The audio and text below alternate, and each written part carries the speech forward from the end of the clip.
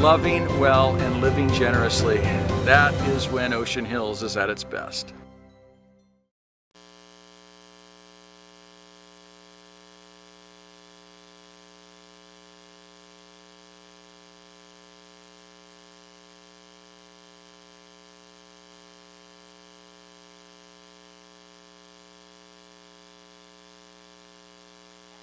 Yes? Great. Wow.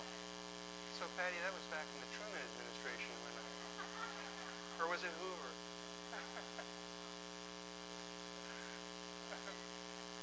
One small correction I'd like to make, and that's that I co-direct the Institute with my wife, and I have co-written and co-authored the book, How's Your Family Really Doing, with my wife, Deborah Manchester, who is currently, as we speak, doing a lecture at the Family Service Association. So we're having a contest. Who can sell more books today?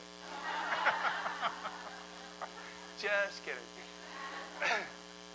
So I want to know just a little bit more about you, because I prepared sort of my shtick for the younger grades. I do a lot of lecturing around town, not just around town, but for National Association for Education of Young Children and all that stuff. So how many of you are mothers of 0 to 5? First to 5, okay. 5 to 10? All right. And 10 to 20? All right, great. How many of you have adult kids that have actually left home too? That's a whole other issue, huh? I'm proud to announce that just this past Friday, my older son and his wife found out it's a girl, and they're pregnant.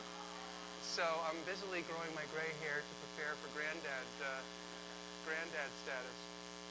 So that's very fun. I'm really looking forward to that. It'll probably give me a whole different new wave of song inspiration topics too.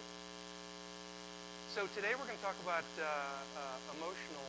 What was that original topic? Was like family emotional health, and I started looking down. I said, that doesn't have anything. So today what we're going to cover is, I just want to go briefly over what's a bunch of stuff that we know about families today and what some of the struggles are. That's just a couple of minutes. Then I want to talk to you about emotional intelligence. Is that a familiar concept? Great.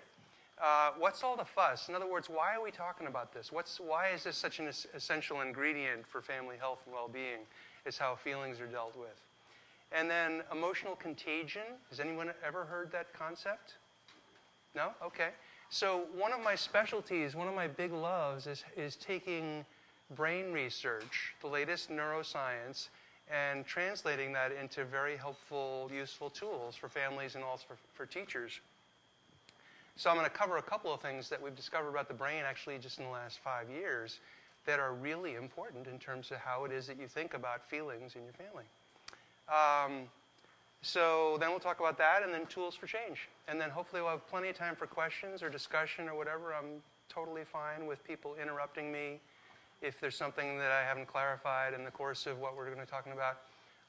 And then we'll have major sort of questions and answers at the end discussion if you want. Great. Okay. So I love to start with this because this really is the ultimate wisdom. There is a sensible way of treating children. Treat them as though they're young adults. Never hug and kiss them. Never let them sit on your lap. If you must, kiss them once in the forehead to say goodnight. Try it out. In a week's time, you'll find how easy it is to be perfectly objective with your children and at the same time kindly. You'll be utterly ashamed of that mawkish, sentimental way you've been handling it. Now, that would be fine if that was just one person talking, but this was J.B. Watson, who, if you took Psych 101, he was the father of behaviorism. Some see him as like the father of psychology. And so he said this kind of stuff, and he was the expert of the times. And this actually got sent out to 8 million people in 1928. This was like the pamphlet, the information that you should all use as information for how it is that we should parent our children. So that's the bad news. The good news is we've sort of evolved from that a little bit, haven't we? I mean, there's way better science that can inform us about how it is that we should be with our children. And it's also interesting if you think about your grandparents or their parents and sort of the lineage of how it was that families were told about how to be in families and how to deal with feelings. So the good news is we've come a long way, and there really is good research now, good science that tells us what it is that we know about how to be in long-term healthy relationships. So probably for the first time in civilization, we've got a good body of knowledge and plenty of experience now of giving people tools for how to do it right, how to make it last. We know how to recycle a relationship. And I say that because when I used to do concerts, I'm a songwriter also, it was this whole singing thing. I used to do concerts in junior high auditoriums and that kind of stuff. And I would ask kids, so how many of you know how to recycle? They'd almost all raise their hands. And I say, well, what do you know how to recycle? And they'd say bottles and cans and this kind of thing, newspapers. I said, how many of you know how to recycle a friendship? I'm going, what? So, yeah. Well, with a lot of young kids, what they do, or many divorcing couples, what they do is, hey, this isn't working, I'm out of here.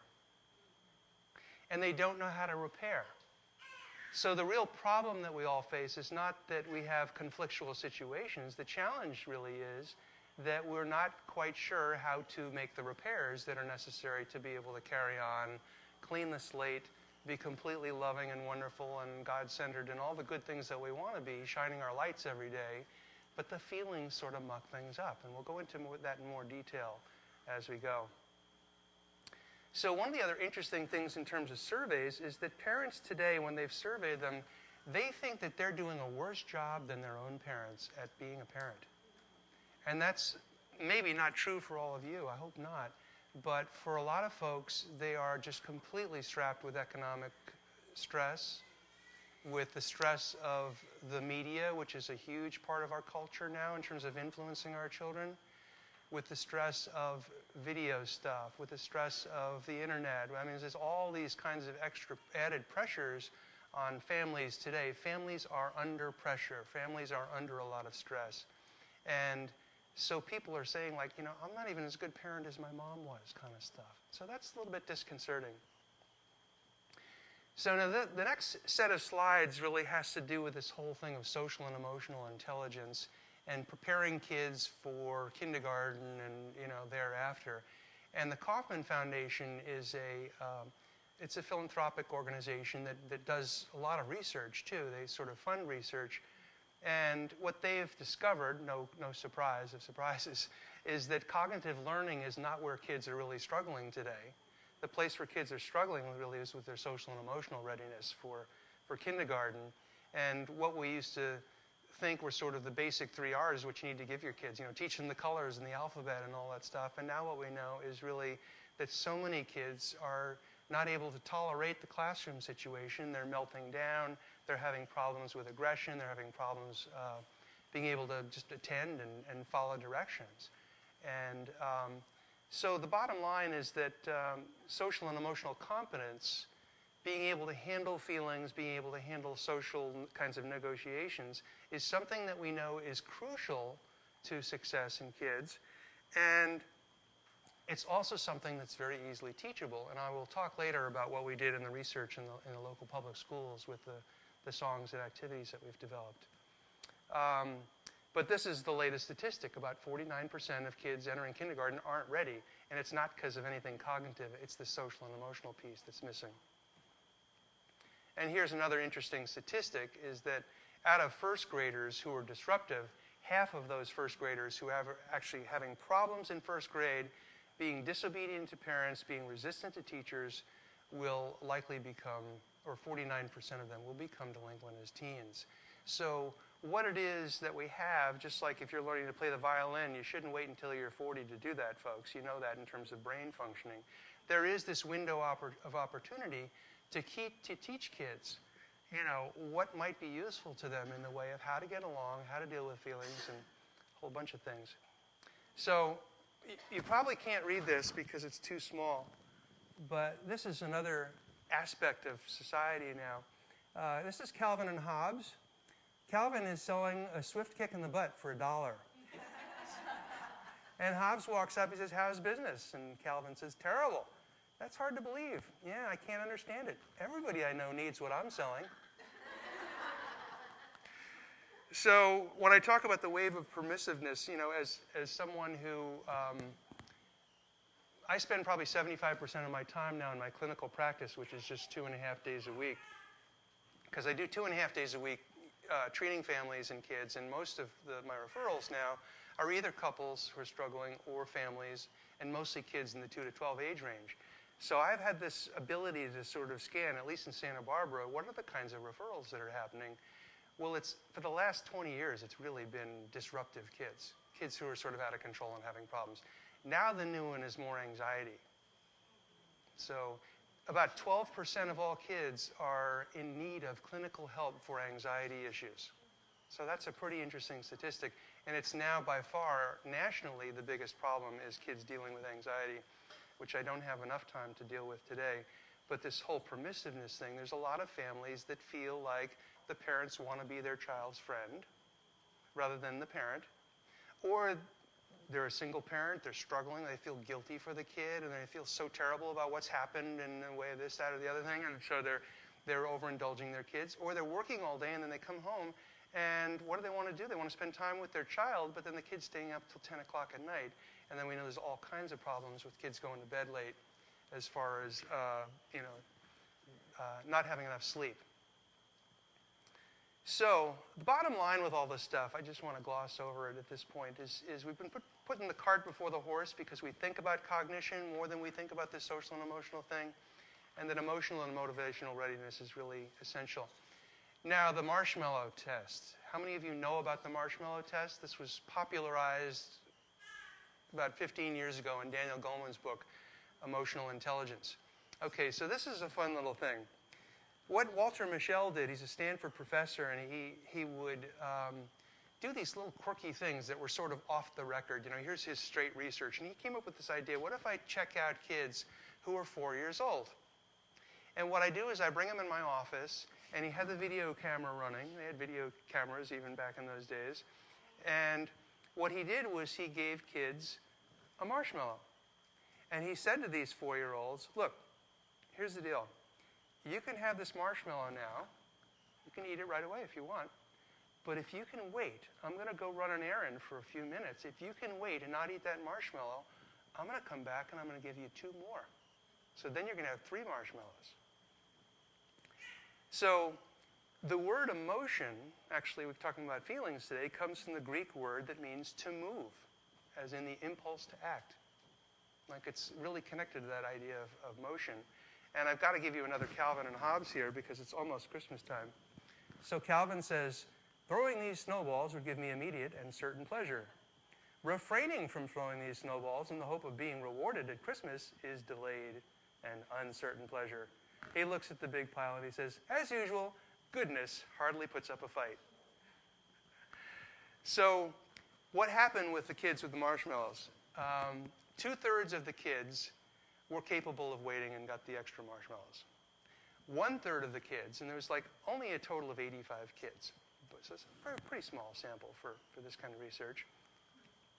13 years later, they looked at these same groups of kids because a lot of them were Stanford kids, you know, professors, daughters and sons and stuff when they were 4 years old. We're talking about SAT time, right? 17 years of age, 13 years later. These are descriptions of where there were significant differences between the kids who could wait and the kids who couldn't wait. The kids who could wait were more socially competent, more personally effective, more assertive, capable of dealing with frustration, which makes sense because it lasted all, and handling stress better. So that was kind of interesting. And then they looked at the SAT scores. The group that couldn't wait had an average of, you know, about 526. The group that could wait had an average of like 630. So there was a whopping 210-point difference between the kids who could wait for that silly marshmallow, we call it the silly, stupid little marshmallow test, was a higher predictor of SAT scores than IQ. So that tells you something, doesn't it? That's a really important thing, to be able to tolerate frustration. So research is suggesting, and has for years now, that EQ, emotional intelligence, may be just a more important factor than IQ in predicting how well people do. And the net effect of boosting social and emotional skills is that kids have improved academic scores, clearer decision-making, better health, greater happiness and success. Now, that's also true for families that deal with feelings in effective and caring ways. So, when we look at the components of EQ, or emotional intelligence, just read down the list. Can everybody read that? Is it too small? I don't know how much I should read all this, because them's of you in the back. Okay, the components of EQ are persistence in the face of frustration, control of impulses, delay of gratification, regulation of mood, keeping distress from swamping us. We call it flooding, when our emotions are getting the best of us and we're saying or doing things that don't make sense or are very, not loving. A positive attitude and ability to empathize. Now, if you look at this list, almost all of them have to do with feelings, even positive attitude. Okay? So this is the setup. And here's, I think, my final Calvin and Hobbes. I'm in a very crabby mood, so everybody just leave me alone. I hate everyone. And he stomps off and he looks back to see if anybody's hearing or listening. He says, nobody recognizes my hints to smother me with affection. Isn't that so true? That a lot of times what we're looking for is love and attention, and the ways that we'll sometimes try and go about and get it aren't so helpful. So, I'm introducing the book because in the next slide, what I want to show you is that there's 10 keys. And so what my wife and I have done over the last 20 years, and this just came out like a year and a half ago, was we wanted to look at what are the most important keys to healthy families. Not based upon just asking a bunch of people who are parents, although that's a part of it. Not just based on our clinical experience, but based on good research. There are tons of studies out there that helped us to sort of weed through the chaff and figure stuff out. We've been working on this for years. We actually took a couple of keys, retired them because they weren't looking so accurate anymore. We've combined some things. So we've got talking and listening. That connects into today's topic too, to some degree. And I'll show you why later. Expressing feelings, adapting to change, sharing time together, who's in charge. In healthy families, parents are the boss. They're in charge, not in a hurtful, harmful, authoritarian way, but in a caring, loving, constructive way. Closeness and distance. What do we know about healthy boundaries and being able to deal with a mother-in-law who's intrusive, or a child who doesn't know boundaries, from being able to stop themselves from certain feelings? Just across the board. What are healthy boundaries in terms of couples? How do families share or shouldn't share certain secrets that are going on? What kind of boundaries should there be between kids and their parents? And like I said before in one of the first scenarios, sometimes we're dealing a lot with how to deal with the parents being intrusive and stuff like that, or a brother, or whoever. Accepting differences and tolerance and love and being able to care about people. Seeing the positive, which includes lots of elements of spirituality, and we spend a lot of time on the Golden Rule in that chapter, and the research that shows that the Golden Rule is in every major religion. It's part of every major religion in different forms and fashions, and how it is that that's just a really important piece of how we want to, what we want to have to do as guides for how we are with each other. Effective problem solving and decision making, and then parenting together, whether you're divorced or not. Parenting together is essential to be somewhat on the same page. So we can't go into all that, but I want to just give you, here's the big picture, and now here's the expressing feelings piece that we're going to go into in more detail. So there's really three aspects of expressing feelings. And I'm not just talking about families, I'm talking about for us as individuals. So number one is pretty important, and that's just being aware of what feelings we're feeling. I had a client this past Monday, and he's trying to figure out, do I want to marry this woman? And it's like, here's my relationship, and I'm struggling, and she's in New York, and I'm here, and whatever. And he's trying to figure out, this person, bless his soul, needs to figure out, when do I feel anything? When do I feel angry? When do I feel sad? When do I feel hurt? When do I feel guilty? When do I feel upset in some way? Guilt. So awareness of feelings is something that a lot of people struggle with. I will share my bias with you. Yes, men struggle with this way more than women because they're socialized to relate to objects when they're growing up, like baseballs and cars and things like that, and not so much to be socialized in how to deal with a relationship piece. Women are sort of born to do that better. And on top of that, there's a whole socio-cultural influence that actually encourages and nurtures women's ability to have relationships. A lot of men, my favorite example is kind of like some of the folks who are the engineers from out in the Goleta Way, who really struggle. I mean, they're fabulously brilliant people, but they struggle with being aware of what they're feeling. So that is a prerequisite to being able to talk about feelings. And awareness of feelings, for those of you, I'm not going to say this later, I'll say it right now. Awareness of feelings for young children is a prerequisite for empathy. So if you want your child to be empathetic and be able to treat their little brother or sister or their friends with empathy, or be able to say, "Mommy, I'm sorry," and do it not just because you've told them to, but because they're feeling it from their heart, is that they have to know first that they have feelings and what those feelings are, and that's a prerequisite, to have that feelings awareness. Some people come in with what I call sort of a singular palette, just like if I were a painter and all I had on my palette was red. That's the anger. So all I feel, it's just like I'm constantly feeling my feelings, but it's always anger. It's not ever hurt, or it's never sadness. It's like, so I encourage people, and what we know from the research about this is that it's really important for people to become aware of feelings, and children even as young as 3 and 4 can do this. I have some fun little cards in my office that I do. I had a 3-year-old the other day, and she nailed all of the cards in terms of the feelings faces to be able to sort of check out, is she someone who's capable of doing that? Okay, second thing is expressing feelings through crying or anger expression on our own. So this is an interesting thing. Some people, well, first of all, we know that feelings want to come out. We know that there's all kinds of problems with holding feelings back and holding feelings in. Okay, so if we're expressing feelings on our own, that means, in a way, like if I'm really, really, really upset with my wife or something, ideally, if that anger is this big, I'm going to get it down to here before I go and talk to her. So it's not, we'll go just blow it off through a good swim, Don, or a good run, or punching a punching bag, or doing something with the bigger angry feelings, and figuring out what the buttons are that it's pushing for me, what's triggering inside of me. But some people have the notion that, if I've got feelings about my partner or my child or something, well, then I should always express them to them. Well, yes, you can do that, but hopefully you'll do that in a caring, constructive, loving way.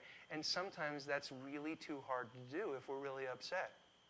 So we're better off, just like, and I use this crude analogy, excuse me for this, but if I drank a 40-ounce soda and had a burp in my tummy, whose problem is that?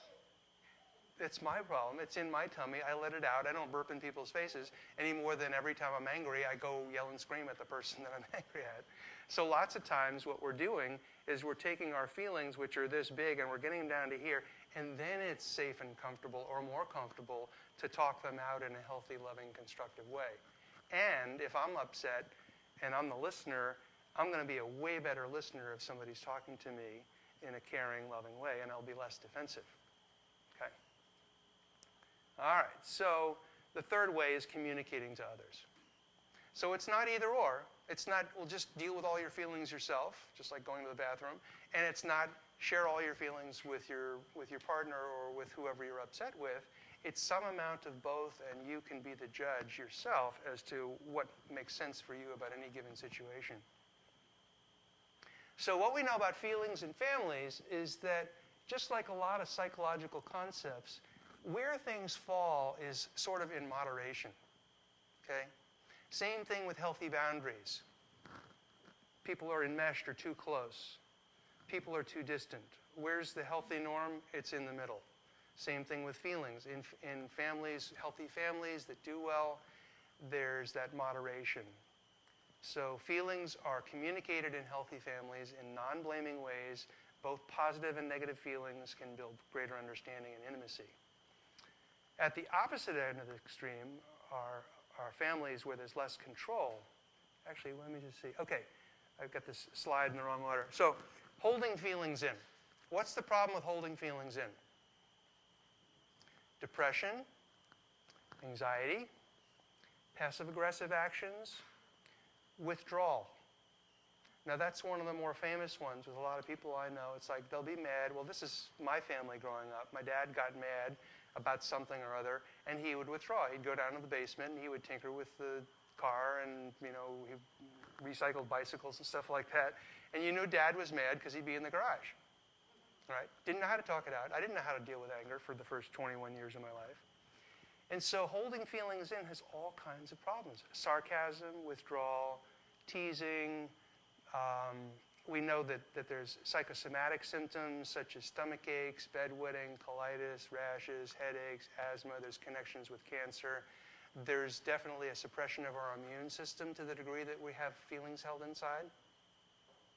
So this is just something that we all have to deal with, and hopefully we learn the best ways for us of how to deal with that stuff, but we know that there's all kinds of disadvantages of holding them in. So go back to this too much expression. So in families where there's yelling and screaming all the time, obviously that's chaos, and that's probably not anything close to what you guys have in your families. But for some people, it's just like feelings all the time, and that's not any better. Because it's uncontrolled is the biggest problem with it. So obviously, the challenge is we want to be able to have constructive, caring ways of dealing with feelings in families. So now, we're going to go into a little more of that later, but I want to talk to you about the anatomy of a parent's brain. You see up on the left here, we have the worry center, we have the bragging center, the curse control, unsolicited advice to offer, effective bribes, the length of every child's video to the second. Okay, so that's just a joke, obviously. But there is some really good research. We have an emotional brain. And the seat of the emotional brain is this fun little thing. It's the size and the shape of an almond, and it's called the amygdala. How many of you heard of an amygdala? How many of you heard of an amygdala hijacking? That was Daniel Goleman's word that now the couples therapy, people are calling it flooding, which is basically, my brain is out to lunch right now. I do not have the ability to talk to you in a caring way because I'm too upset. Now, this is true for us as parents when we're interacting with a child who's melting down. Our own stuff can obviously fuel into that. But the point I want to make about this is that the emotional brain, if you are having things that are upsetting to you, ideally, and this is what I say to almost every client by the second session, because most clients are dealing with feelings components of what's going on, check out the past, folks. Now, why is that? Oh, that thing happened 30 years ago. That doesn't bother me anymore. Well, maybe that's true, or maybe not. Maybe the feelings that didn't get felt and expressed 20 years ago have not been resolved for you. And so if something is bugging you and upsetting you, ideally, what we know about the emotional brain now, that amygdala, it will treat the past, even 20 to 30, 40 years ago, as if it's yesterday. Okay? Now think about how we were designed so that there was a survival of the species. We walked past a cave, a bear swiped at us. We don't have to think 20 years later, oh my gosh, my thinking brain remembers that this path down there is the one where I shouldn't go by because that bear is going to swipe at me again. The emotional brain stores stuff up, and it stores it up in a vigilant way, and it can so easily get activated by current events. So that's the gift that families give us. That's the gift that we get from our partnership with a husband or a wife. It's likely that some of our unfinished business is going to get played out with those people that we love the most, our partner or our kids.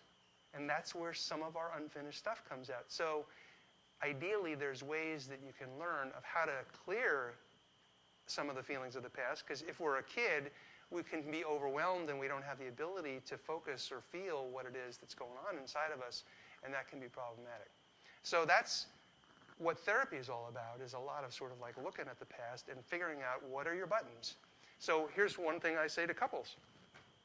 When you guys finish therapy with me, I'm going to give you a pop quiz, and this is a joke. And I say to them, what I'm going to ask you is, tell me what all your buttons are.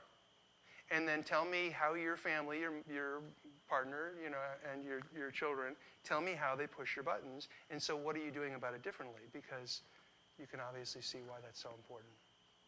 The other thing that's interesting is that so what we know is that feelings get stored inside, and then what they'll do is they'll glomp onto something. You see, this is the thing that's so upsetting. I'm so upset that my child got scolded by his teacher this week, and blah, blah, blah, blah, blah, blah, blah. And so if a parent thinks that that's all there is and doesn't automatically sort of check, okay, so now what does this remind me of? Oh, wow, that's like when I was in 3rd grade and thus and such happened. Or that's the way I felt, or that's the way I, whatever. So to figure that kind of stuff out is a really useful thing. And that's what we know about feelings. Now, Mark Twain said everything that I just said in the last 5 minutes in one simple sentence. He says, the cat, having sat upon a hot stove lid, will not sit upon a hot stove lid again. But he also won't sit upon a cold stove lid either. So I want to ask you guys now, so what's the best way to hide feelings from kids? I want you to think about that. And what I'm going to tell you is that that's a trick question. Because in 1995, these researchers, psychologists in Parma, Italy, they had an electrode going into the F5 region of a monkey's brain. Okay? They're doing brain research on monkeys. The guy forgets to turn off the little computer. He goes out for a break. He comes back with a gelato, and he lifts the gelato up to his mouth, the researcher does, and he hears the computer bleeping like this activity in the monkey's brain, in this F5 region, which is basically the same thing as the motor cortex for human beings, for people.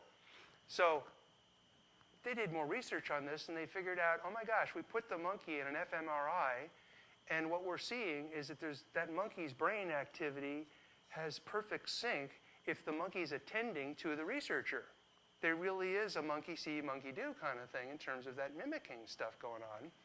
So they had discovered what they called mirror neurons, and they're throughout monkeys' brains, and they're throughout the human brains, which is what they figured out in 2005. So we're talking about 8 years old research. So then this guy, so that's the mammals thing, to read internal states of others. Why do we need this? We're back to the caveman days and the survival of the species. If I was walking through the woods and I didn't know you, and you're somebody that doesn't speak my language probably, because there's a zillion languages back then, my brain has to read your brain to know if you're a safe person. Are you gonna kill me? Are you gonna make me your slave? Are you gonna do something hurtful to me? Or are you somebody that I can trust? So now all this research in Daniel Goleman's book, Social Intelligence, emphasizes a lot of this more if you're interested in reading this stuff, which is basically that the human brain is a social organ. It's constantly reading affective states in other people. So, quick example. If I was really nervous right now, or you're at a performance and you see somebody who's really nervous, what's going to happen to your heart rate? Boom, boom, boom, boom, boom. That's what happens when you watch a movie, for gosh sakes. Good movies will get you going because your mirror neurons are basically mimicking what it is that you're seeing.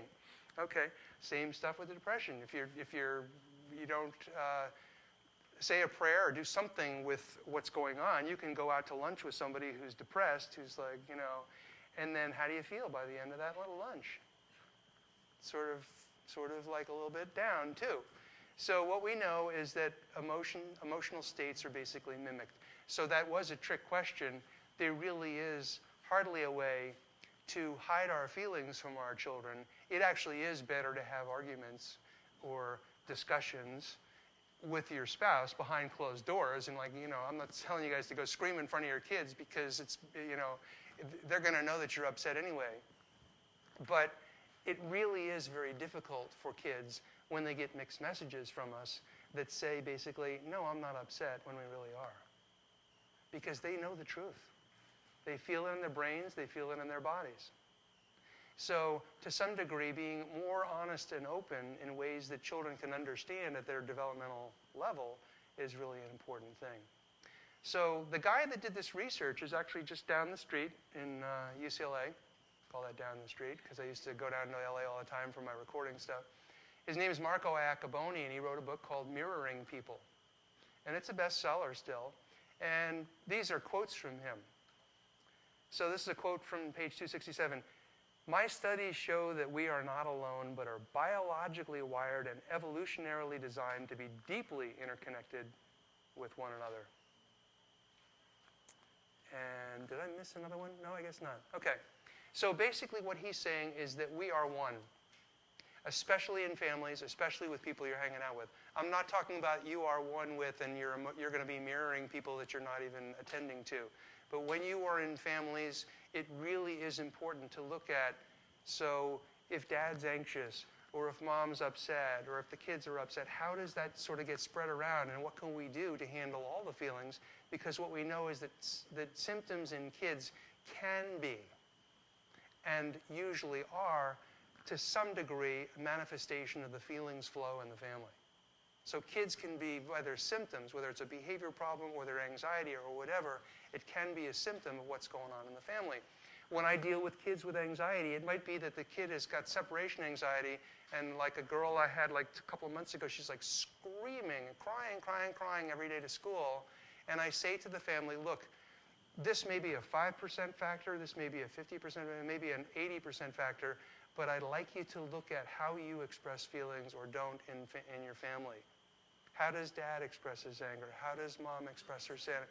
Are you guys able to cry? What we know about crying used to be seen as a problem. It's a pain, right? I have a situation with a kid who's deathly ill, who's 8 years old, 7 years old, and the father, when the kid cries, he says, "What's wrong?" Rather than, "Sweetie, what are you crying about?" and then holding him and letting him express the feelings as is needed. The research shows so clearly that crying is not pain. Crying is the healing of pain. So we'll get into, in a while, or actually I'll just skip that slide when we get to it, because we're here now. There are really two forms of crying with kids, and one of them I call fussing. The behaviorists, the psychologists will call it operant crying. It's intentional. It's like, I'm crying because I'm sad that you won't give me that cookie for dinner, and I'm going to torture you until you give me and break down, right? Now that's not the kind of crying that I'm talking about. I'm talking about the crying that the obvious one is when you skin your knee. But another obvious one is when your feelings are hurt. An obvious one is when you've been teased that day in school, and so we want to teach little boys and girls, not that crying is a wussy thing to do or should be ashamed of or embarrassed by or all that stuff, but it's an okay thing, and it's something that we want to encourage if kids are holding back, especially little boys.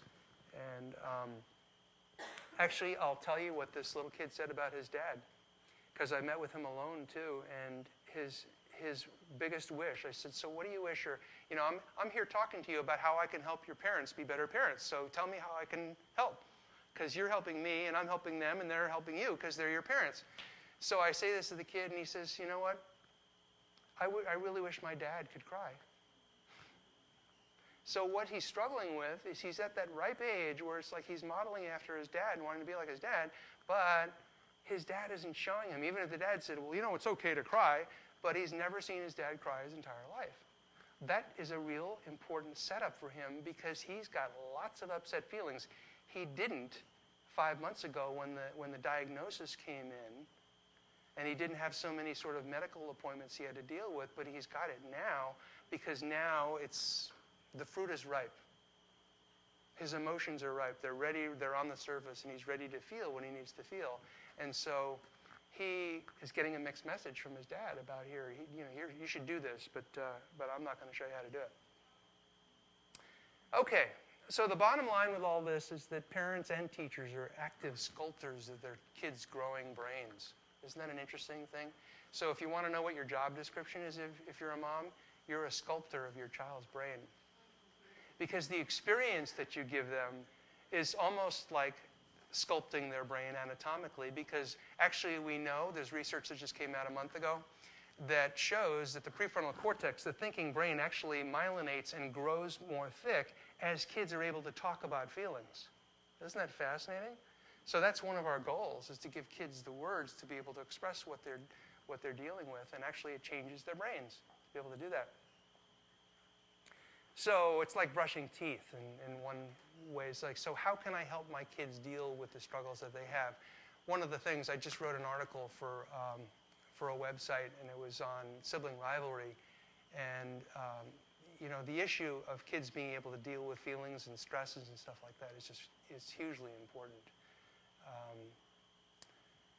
And think of it like brushing teeth. Think of it like being your job, whether you knew it or not, is that you are a social and emotional coach if you have a child. You should be thinking of yourself as a social and emotional coach, not all the time. It doesn't mean you have to be there at every moment, but at times when kids are struggling, at times when they're having feelings, when they're having social challenges, those are times for intervention. So it behooves all of us to figure out what kinds of skills we need, what would be helpful, what kinds of methods do we have to be able to help our kids deal with feelings. So now I'm just going to switch, because obviously what you guys know about me is that I'm here not just as a clinician, but as an educator. I'm sort of at that point in my life, as is my wife Deborah, where we would just like to spread all this good information. You know, it's like a lot of really good information that's needed by families these days, and hopefully even do something like put this in a DVD form so that high school students can have it as part of their health class. One of my aspirations is to write a play, because I've got like 5 songs already. I don't want to write the play myself. I want to find somebody to write a play with me that's basically, instead of Bye Bye Birdie and Music Man and all the things that are somewhat inappropriate for kids in 6th grade, for like the 6th grade plays that teach character and social and emotional skills. So anyway, music became, it was something that I was already doing, but it's like, wow, all this research about music that suggests that it has implications for how it is that kids can learn all these things, these important tools. So what we know about music is it activates the same centers of the brain that are activated by food, sex, and drugs. Well, that's an interesting sort of companionship. We know there's a lot of excitement there and a lot of passion. We know that music makes us happy, creative, changes our moods, it energizes, bonds us to others. We know that there's not just these 3 main centers of the brain where music lights up, but actually over a dozen centers of the brain light up when we're into songs and music. Hearing, language, and rhythmic motor control are the most important. We know that music creates a sense of connection and we-ness. I sometimes call it a conspiracy. Music is a conspiracy. It's an interesting thing because the Greek for conspire is with breath. And actually, there's research that shows you get kids singing together. If you sing together as a family, your breathing will start to line up. Your breathing will start to sync up, even more than your brains are. So that's why I call it a conspiracy. There's research, I don't want to go into this because it's not as relevant to you guys, but you know, research on music with depressed people, with anxiety, with immune function in children, preemies go home, you know, when they're in the incubator. If they're played music, they go home earlier. And there's certain characteristics of music that's actually not only very pleasing to kids, but we know that it helps get messages into their minds in ways that are bigger. So these are the 8 albums that I've created. There's 5 songs in each. They're called EPs because of their extended play albums. And that's a little workbook that's over there also, and that's got all 40 songs that have to do with character and social emotional learning. So the albums are, you know, like talking and listening and feelings and fears and you know, manners and character and happiness and attitude. So depending on what any given child is struggling with, here's the 5 songs that deal with all that, and then there's free songs, there's free activities on my website, and then all the free activities are in this book that's being sold on Amazon primarily. And there's me a few years ago, and here's some of the kids that did the singing.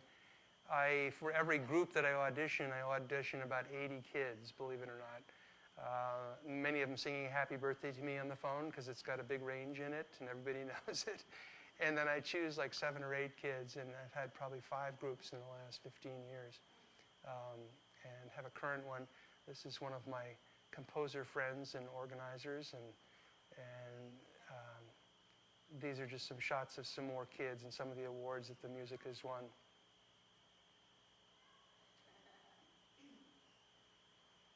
EJ, does anybody know EJ? He's one of the music directors in town. And Lois Mahalia is my main singer. I'm sorry I don't have her picture in here. So we did some research on the songs and activities in first and second grade classrooms in the Hope School District and also in the El Camino School. And we did research on 320 kids over the course of a year of just bringing the songs and activities into the classroom. We used college students to teach it, but these are some of the changes that we saw in kids that were significant differences. And in one of the experimental conditions, we just simply gave kids the CD. And now, my songs aren't even on CDs. I mean, I've got some CDs that are sort of leftovers from the previous product that I had, but everybody's downloading now, so it's just like all this download thing. But these are some of the changes that we saw in kids in first graders, and the second graders added these kinds of issues that they got better with as well. So, what I want to do is I want to play a small sample of like 3 different songs, and then I want to go into specifics, more specifics about how you can use this stuff. And so, the first song is Let 'Em Out. I guess you sort of know what that's about.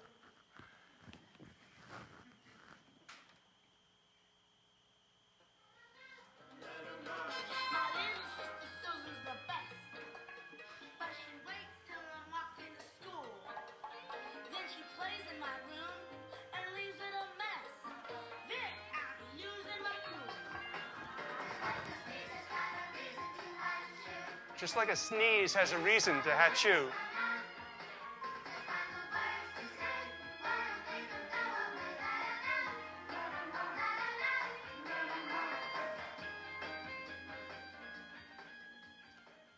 Second song in the series is Big Kids Know How to Cry.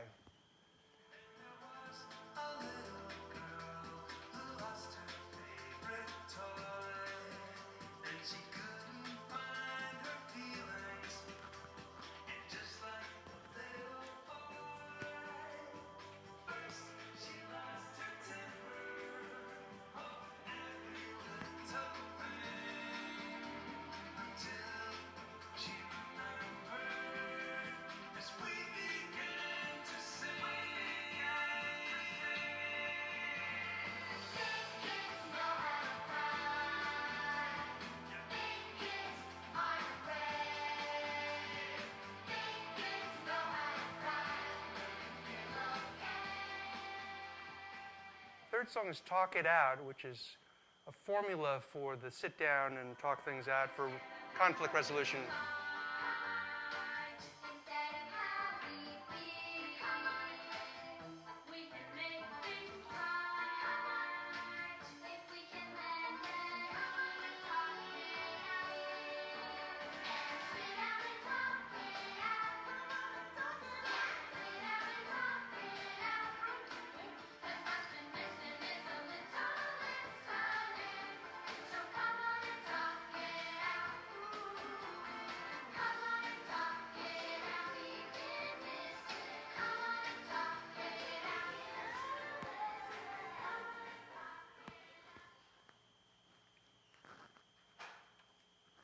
So that'll give you a feel just for a few songs.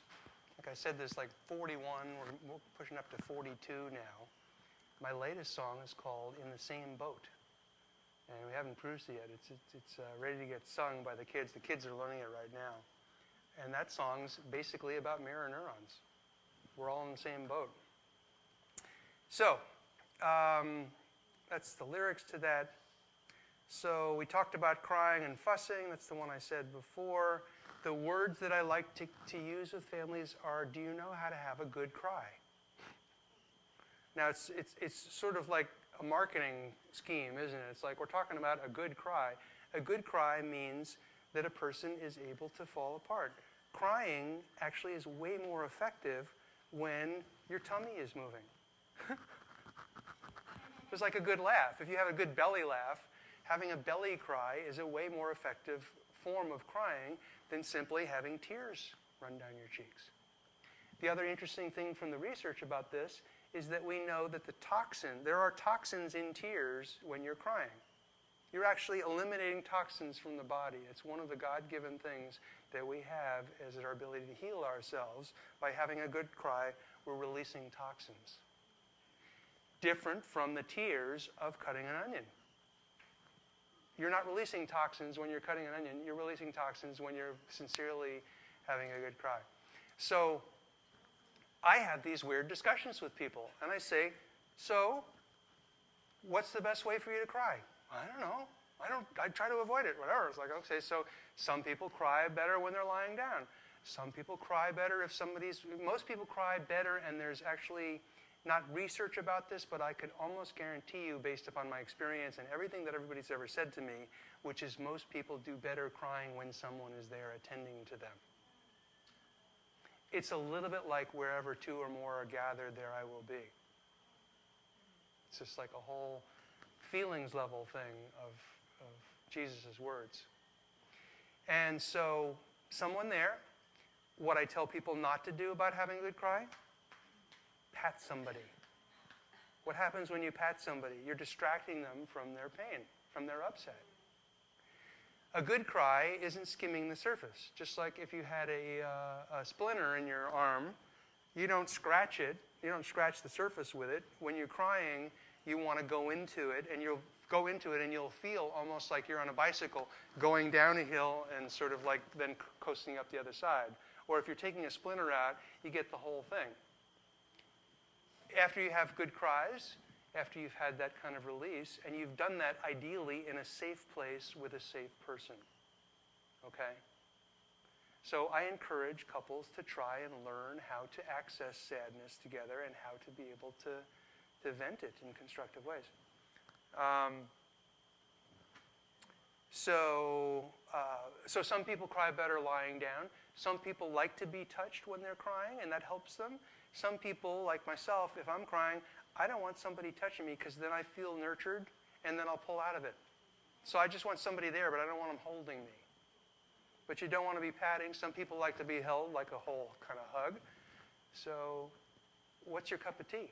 Learn what floats your boat, and learn that what you'll be doing by crying or what you'll be doing by constructive anger expression, and I've got a whole shtick about exercise I don't know that I have time to go into today, but what we know is that by these feelings release mechanisms and practices, we are taking adrenaline and cortisol in our brain and we are reducing them dramatically.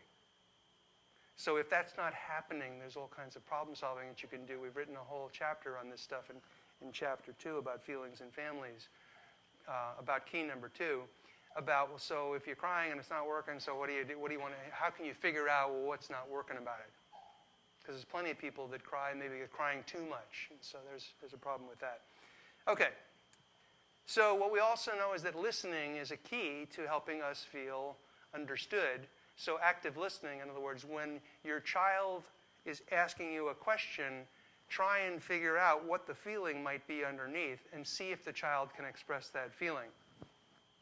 There was a classic book in the 70s by Chaim Ganat, who's an Israeli psychologist. It's called Between Parent and Child, and he gives this example, which I've been using ever since.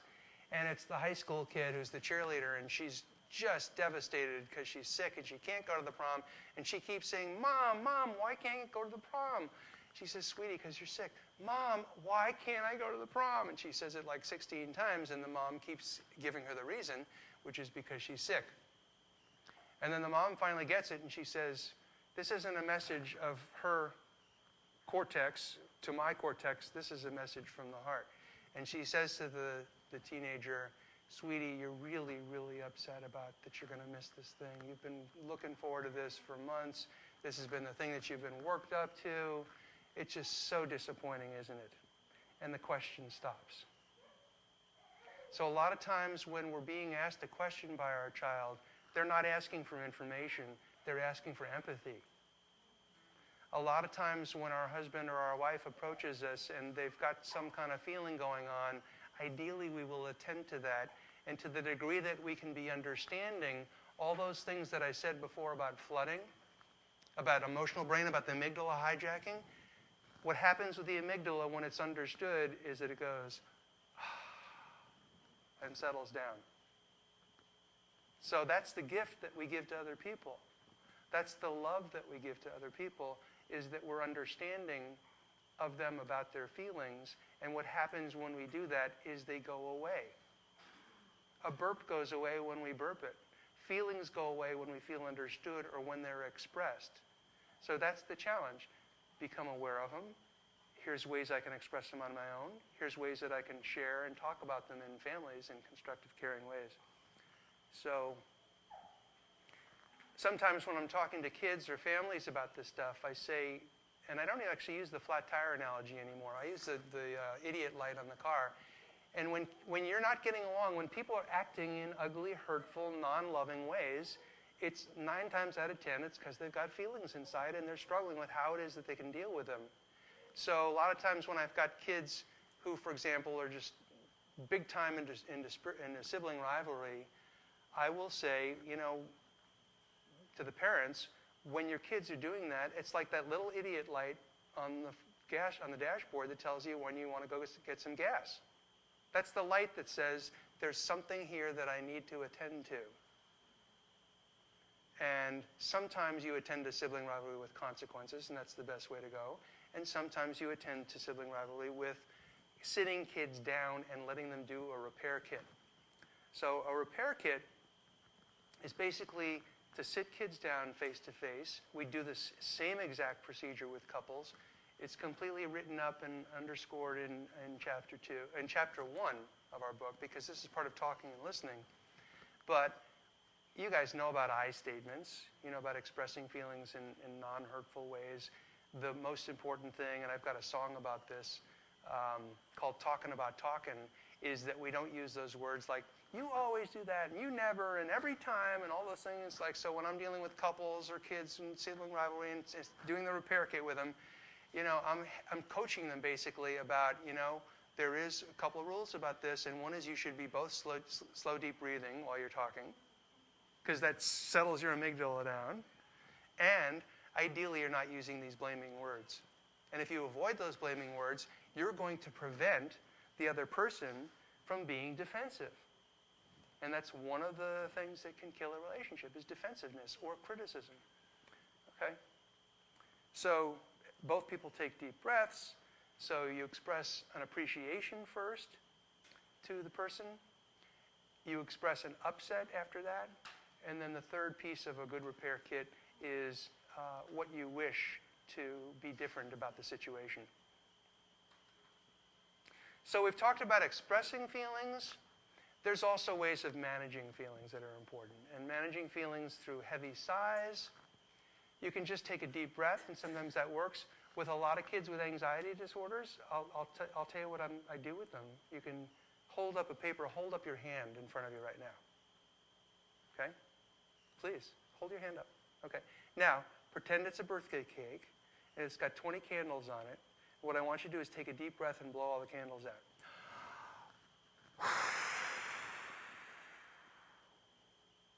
Uh-oh. It's a trick candles. They just lit up again. One more time. One more time. Those candles are still going. So what did you just do? You just showed your kids with the birthday cake thing how it is that they can take a deep breath and deal with their upset about going to school that day, or because they're really upset with their brother or sister, or they're mad or they're sad or whatever. So this really works because it helps you to take that slow, deep breath. Counting to 10, deep breaths. The volcano is something that a lot of preschoolers use. It's like you just completely shake and you're starting to rumble. We do this with first and second graders, and they love it. It's like you take all that energy and you work it out. We're filled with energy. One more little point I want to make to you guys. I don't know why I'm throwing this in, but T. Barry Brazelton, who's a pediatrician at Harvard, you ever heard of him? He's written a bunch of books.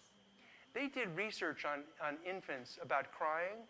Infants cry. The average infant will cry an hour and a half a day above and beyond diaper pins, colic, hunger, discomfort, being left alone. They'll just cry. And what Brazelton assumed from this, because there's no other explanation, is we just have energy inside of us and we need to expel it. And so it's just stress that needs to come out. So to the degree that we become civilized, socialized adults that hold it all together all the time, that's a problem. So anyway, I go to preschools sometimes and I teach teachers how to deal with kids with temper tantrums. This is a really important thing. This is maybe the most important thing I'm sharing with you today. I don't know. We'll see. And that is that because of mirror neurons, because we know there's that brain entrainment thing, if someone is upset, the best possible thing you can do is don't get upset with them. Take your slow, deep breaths and find your own center. Say a prayer at that moment in time and ask God for the peace and the health and the well-being to be able to just hold someone when they're upset. And that goes for your crying partner or your mad partner or your child who's temper tantruming. It's the same principle. That's the fastest way because people's brains will sync up and they will, that's the gift that you can give. So I'm just going to close and we can do some questions and answers with a couple more Calvin and Hobbes. Because you can't read it, I have to here. It says, Hobbes, look, there's a little raccoon on the ground. Is it alive? I think so, but he's hurt. See, he's hardly breathing. Better not touch him if he's hurt.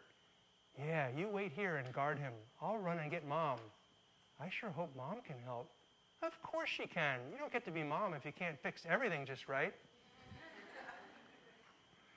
So that's the one that sort of gives you guys all this responsibility, and you're sculptors of your kids' brains and everything you do, and you're the social and emotional coach, and you got to take care of your husband and teach him how to cry. And then we get to this one. There's Calvin. He's got these flowers in the ground. He says, so you want some water, huh? Well, I got a big can of it here. It's up to me to decide if you get water or not. I control your fate. Your very lives are in my hands. Without me, you're as good as dead. Without me, you don't. And then it just pours down raining. And that's the other extreme, which is that if we think that we're so important and that it isn't God's will being made manifest, or if we're not sort of climbing into things are as they are for a reason, and maybe there's something I should learn about this, rather than that we have so much control. Some parents are just so guilty because they can't do it all and nobody's perfect and oh my gosh, all this perfectionism and all these standards that we lay on ourselves.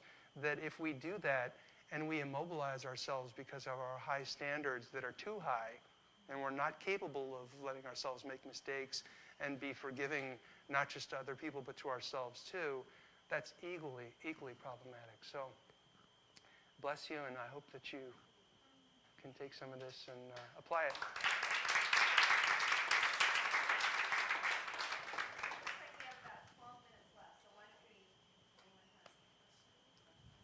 Great. Yes? So, growing up in a family where we didn't express emotions, I'm trying to make it very open for my kids, but how do you strike a balance and not have them be overly emotional or, cry wolf type of thing? Because I feel like sometimes my 6-year-old is really emotional about things that are kind of trivial, and I don't know if it's legitimately that he's not upset, or it's just that we've created this culture like you can feel what you can feel. Exactly. So there's too much feelings. So that we don't take them seriously when it is something really significant. Exactly. Yeah. Yeah. Great question. It's a really common kind of dilemma. I wrote a song about this. I wrote a couple of songs about this because it's like right on my front plate all the time. So one of the songs is called Go Away Bad Thoughts. And the second one is called Shake It Out and Dance. And the Shake It Out and Dance is really appropriate and applicable for kids in the sort of 8 to 10-year-old age range. The concept behind it is that we all have a choice. And so this is where we get into this feelings and thinking thing. Okay, so what I talked about before was that feelings can cause thinking. I can have feelings inside of me that are unresolved because I had somebody cut me off on the freeway this morning, and it's more likely for me to be upset that my stupid computer isn't working and whatever. So feelings causes thinking, and it makes us glomp onto something and explain our internal feelings. The other piece, for those of you who know, has anybody heard of cognitive behavioral therapy? Okay, so that is one of the treatments of choice for people who are depressed or anxious or whatever instead of medication. Bottom line is it's the concept that our thoughts will create how we feel. So if you're just dealing with the feelings all the time, it's like, okay, so here's all this, flood of water coming in, and I'm just here with a bucket trying to bucket it out, and that's not working. Okay, so that's what you're talking about. And what we can teach children, which is really important, we can teach ourselves too, is that positive thinking is a pretty important thing, and that we all have the ability to create heaven or hell right here on earth with every second, with every thought that we entertain. And we don't tell children, well, look, think positively and stop complaining about the fact that your cookie is the same size as your sister's cookie, so get off it, kind of thing. But we say, look, Johnny, you have a choice. You can actually think these thoughts all day long and make yourself really upset if you'd like, or you can make yourself happy and just think some good thoughts. But it's up to you. Because we don't want to get into a position of telling kids what to do with this kind of stuff, because the more that we say, no, everything is great, they're going to go, no, it's not. Right? They're going to, most kids in this age range, now again, I'm not talking about, I'm talking about teenagers too. 4-year-olds and teenagers are really similar. So to take a position that's very firm often has the end result of them being stubborn about that. So you want to give kids the choice. And what you can do, which is something that's on my website, it's actually the first one, it's like how to help kids using the song Go Away Bad Thoughts. Here's ways that you can take kids through a set of circumstances that can help them realize, first of all, how powerful their brain is, as you have them imagine eating certain things, right? That they can be the boss of their thoughts. People don't know that. A thought's like a knock on the door. Okay, do I want to open that door? Or I get junk mail, or I get spam, or I get whatever, inputs all day long. I want to be the boss of my thought. I want to be the one that can screen what's coming into my head and what's going to stay there versus the stuff, no, it's a silly thought, go away. I don't want to be complaining about this thing all day. So that's my best answer for a short period of time. There's lots of resources about that, though, that are on my website because it's a very common thing. Yeah? What are the age ranges for your CDs? 3 to 8. Some of the songs go higher. Some of the songs are, they're all very family friendly and, high production. Nothing for 11-year-olds. Although I've had 11-year-olds with the Shake It Out. There's certain songs that are sort of in that groove. But bottom line is 11-year-olds are listening to the teen music, and the tweens are listening to the, it's just all everybody's listening to stuff way older than is really good for them. And seeing movies and all that stuff. So, yeah. Do you have any techniques or tips for like the teenagers to getting them to express their emotions? Because my daughter, who's 13, will not express her emotions, even though I know she has them because I feel that. Yeah. She'll just say, I don't want to talk about it, or, yeah. That's a great challenge. In her own room. So, one of my most useful ideas for you would be that you're better off being a teaching than a teacher of how to express feelings. So if it's something that you're modeling in the family, it's something that she sees you doing with other significant others or doing with her, then you're just kind of nurturing that process along. Feelings are like fruit.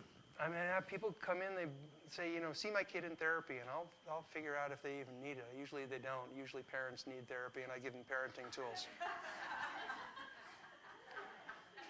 And then if they don't, if the kids haven't changed with that kind of influence, then I'll see kids, and I do see kids. So it's not either or. But the metaphor that I use is feelings are sometimes like fruit on a tree. There's sometimes when you can grab that apple and it's just going to pop right off the branch, and that's when it's really good and ripe and you can pop it in your mouth. There's other times you're talking about that apple and it's going to break the branch before it comes off its stem. So how does that apply to the situation? So, sweetie, I understand that you don't want to talk about this right now. I wonder if there might be a better time. So we don't ever really want to talk about feelings when we're too upset. Timing and space and all that stuff is crucial.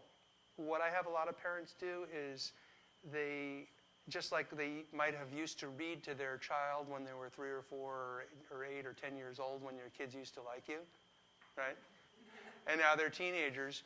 But what would be the optimal time? It might be that bedtime where you go in and you snuggle with them and you say, is this a good time for you to talk about it or whatever? And so you're being very respectful of the ebb and flow of the feelings thing. It can be kind of like because feelings are like water. It can be like the tide that's coming in and out too.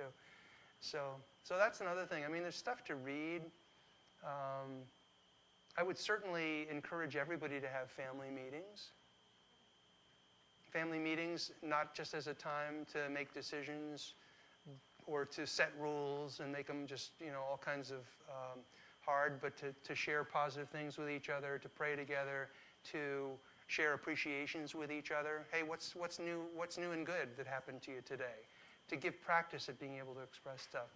So what we know about the feelings piece is that lots of times people are more ready when there's a positive thing going on for them. So it takes a certain amount of strength to be able to feel feelings too. Are we done? I think so. Great. Are you around or you got to jump right Yeah, I'll be here. No, Okay, so you have a question. I'll be here for 15 minutes. Thank you so Thank much. you.